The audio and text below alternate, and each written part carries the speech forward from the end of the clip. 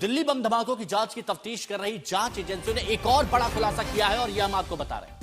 पता चला है कि जैश का डॉक्टर मॉड्यूल लगातार सुसाइड बॉम्बिंग के वीडियो शेयर कर रहा था। करीब 3 दर्जन से ज्यादा वीडियो इस मॉड्यूल के हैंडलर्स ने उन डॉक्टरों से शेयर किए थे जो ब्लास्ट वाली साजिश में शामिल थे, और इनमें से एक डॉक्टर मुजम्मिल था जिसने इस वीडियो के बारे में जांच एजेंसियों को पूरी जानकारी दी। उसने बताया कि कैसे उसको वीडियो मिलते थे। अब सूत्रों के मुताबिक एनक्रिप्टेड एप्लीकेशन के जरिए इन वीडियो को हैंडलर्स की तरफ से जैश के डॉक्टर मॉड्यूल को भेजा गया था। उमर का आपको वीडियो याद होगा, उमर की तरफ से भी एक वीडियो जारी किया गया था। दिल्ली ब्लास्ट केस में हमास मॉड्यूल का यह खुलासा होता है और यह पता चलता है कि 3 दर्जन वीडियो हैंडलर्स ने डॉक्टरों को भेजे थे। हमास की तरह हथियार इकट्ठा करने का भी इनका प्लान था। अब कड़ियां जुड़ती जा रही हैं। पता चल रहा है कि कश्मीर में हथियार इकट्ठा करने का इनका प्लान था और कैसे ये सुसाइड बॉम्बिंग के वीडियो बनाते थे और उसको अलग अलग डॉक्टर मॉड्यूल को भेजा जाता था। 3 दर्जन वीडियो हैंडलरों ने डॉक्टर्स को भेजे थे और ये किसने कबूला है? ये कबूल किया है मुजम्मिल ने। मुजम्मिल को गिरफ्तार किया गया और उसके बाद ये सब बरामद हुआ था जो इस वक्त आप देख रहे हैं। हिमांशु मिश्रा हमारे सहयोगी हमारे साथ जुड़े हुए हैं। हिमांशु, हमास मॉड्यूल का खुलासा होता है, यह पता चलता है कि कैसे जो सुसाइड बॉम्बिंग के वीडियो हैं उनको जो हैंडलर्स हैं वो अलग अलग डॉक्टर्स को भेजते थे। अब और क्या पता चला है जांच में? आप देखिए, इनको इस हद तक रेडिकलाइज कर दिया गया था, जो ये व्हाइट कॉलर पूरा मॉड्यूल था, कि ये अपना पैसा लगा रहे थे। खुद ये अपने को ट्रेनिंग के लिए जो वीडियोस आती थी, उन वीडियोस के सहारे ये खुद बॉम्ब बनाना सीख रहे थे। अपने पैसे से धीरे धीरे अलग अलग जगहों से ये जो तमाम विस्फोटक है वो इन्होंने खरीदा, वो इन्होंने जमा किया। सबसे पहले स्टेप 1 था। स्टेप 2 में इन्होंने बम बनाना सीखा। जो वीडियोस इनके हैंडलर्स ने शेयर किए, उन वीडियोस से इन्होंने बम बनाना सीखा और उसके बाद आईडी कैसे बनाते हैं, उसके कैसे धमाके करते हैं और कितनी चीजें चाहिए, ये स्टेप में अलग अलग इन्होंने सीखा।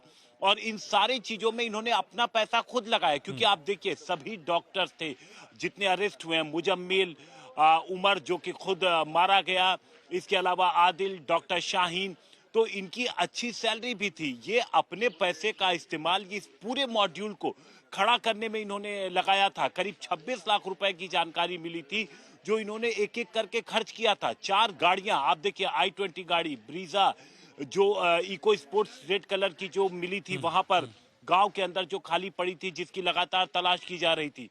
तो ये जो सारी तैयारी थी ये दिखाती थी कि किस तरीके से ये अपने पूरी साजिश को अंजाम देने के लिए आगे बढ़ रहे थे।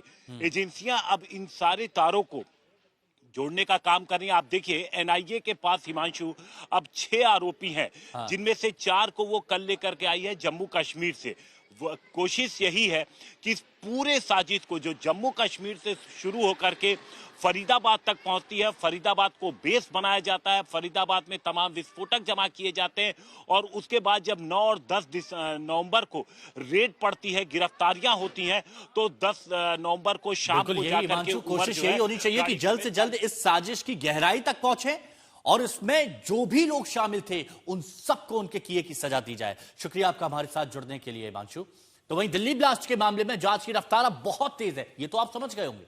अब जांच एजेंसियां फरीदाबाद की अल फला यूनिवर्सिटी के इर्द गिर्द अपनी जांच तेज कर चुकी हैं, ये भी आप समझ गए होंगे। बताया जा रहा है कि दिल्ली धमाके के बाद से अब तक करीब 200 डॉक्टर और अन्य स्टाफ यूनिवर्सिटी छोड़कर जा चुके हैं। सुरक्षा एजेंसियां उन्हें प्राथमिकता के साथ खोजने और जांच पड़ताल में जुटी हुई हैं। 1000 से ज्यादा लोगों से पूछताछ इस वक्त की गई है, आतंकी डॉक्टर अल फला सेंटर से जुड़े हुए।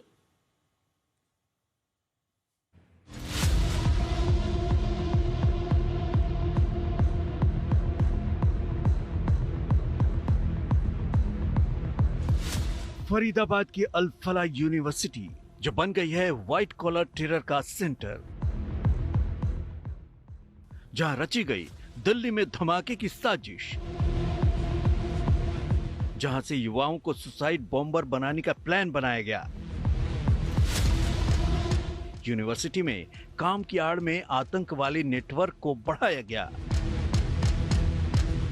दिल्ली में लाल किले के पास हुए धमाके की जांच सीधे अल फलाह यूनिवर्सिटी से जुड़ी है। लगातार एजेंसियां छापेमारी कर रही हैं, आतंक वाले नेटवर्क की एक-एक कड़ियां जोड़ रही हैं। जानकारी के मुताबिक अल फलाह यूनिवर्सिटी के 200 से ज्यादा डॉक्टर, लेक्चरर और स्टाफ जांच एजेंसियों के रडार पर हैं। एजेंसियां इन सभी के उमर, मुजम्मिल और शाहीन से संबंधों का पता लगा रही हैं। अब तक यूनिवर्सिटी से जुड़े 1000 से ज्यादा लोगों से पूछताछ की जा चुकी है। साथ ही हॉस्टल और बाहर रहने वाले छात्रों के कमरों की तलाशी ली जा रही है। एजेंसियों की पड़ताल इसलिए बेहद अहम है क्योंकि धमाका करने वाला डॉक्टर उमर हो या फिर 2900 किलो विस्फोटक सामग्री जुटाने वाला डॉक्टर मुजम्मिल या फिर जैश की महिला विंग से जुड़ी डॉक्टर शाहीन, तीनों ही अल फलाह यूनिवर्सिटी से जुड़े थे। जांच एजेंसियां ये भी पता लगा रही हैं कि ब्लास्ट के बाद कितने लोग यूनिवर्सिटी छोड़कर गए। इस बीच दिल्ली ब्लास्ट की तफ्तीश में यह भी पता चला है कि कई लोगों ने अपने मोबाइल फोन का डेटा डिलीट कर दिया है, जिसे भी खंगाला जा रहा है। इस बीच अल फलाह यूनिवर्सिटी से जुड़े दिल्ली बम धमाके के आरोपी उमर से लेकर एक और सनसनीखेज खुलासा हुआ है। पता चला है कि उमर बहुत कम क्लास लेता था। पूरे हफ्ते में वो सिर्फ 1 या 2 लेक्चर लेता था, वो भी केवल 15 से 20 मिनट का, जिसके बाद वो अपने कमरे में वापस चला जाता था। अल फलाह को लेकर जारी जांच के बीच एक और चौंकाने वाला खुलासा हुआ है। जांच एजेंसियों ने जब इस यूनिवर्सिटी की कुंडली खंगाली तो पता चला कि 2008 में दिल्ली और अहमदाबाद में सीरियल धमाकों में बम बनाने की साजिशों, आईईडी प्लांटिंग और मॉड्यूल के संचालन में फ्रंटलाइन भूमिका में रहा मिर्जा शादाब बेग उस समय फरीदाबाद की इसी अल फलाह यूनिवर्सिटी में बीटेक का छात्र था। दिल्ली पुलिस और केंद्रीय एजेंसियों की कई फाइलें अब इस बात की गवाही देती हैं कि अल फलाह यूनिवर्सिटी के कुछ छात्र पिछले 1.5 दशक में कई बार आतंकी गतिविधि से जुड़े और एक बार फिर से यहीं से धमाके वाली साजिश रची गई। अल फलाह विश्वविद्यालय में इस वक्त कई जांच टीमें जमी हुई हैं। कैंपस में NIA, Delhi police special cell, Uttar Pradesh ATS, Faridabad crime branch और जम्मू कश्मीर पुलिस की टीमें लगातार पड़ताल कर रही हैं। सभी एजेंसियों ने यूनिवर्सिटी परिसर में ही अस्थायी कमांड सेंटर बना लिया है और यूनिवर्सिटी से जुड़े डॉक्टरों के टेरर मॉड्यूल पर शिकंजा कसा जा रहा है। दिल्ली से अरविंद ओझा के साथ आज तक ब्यूरो।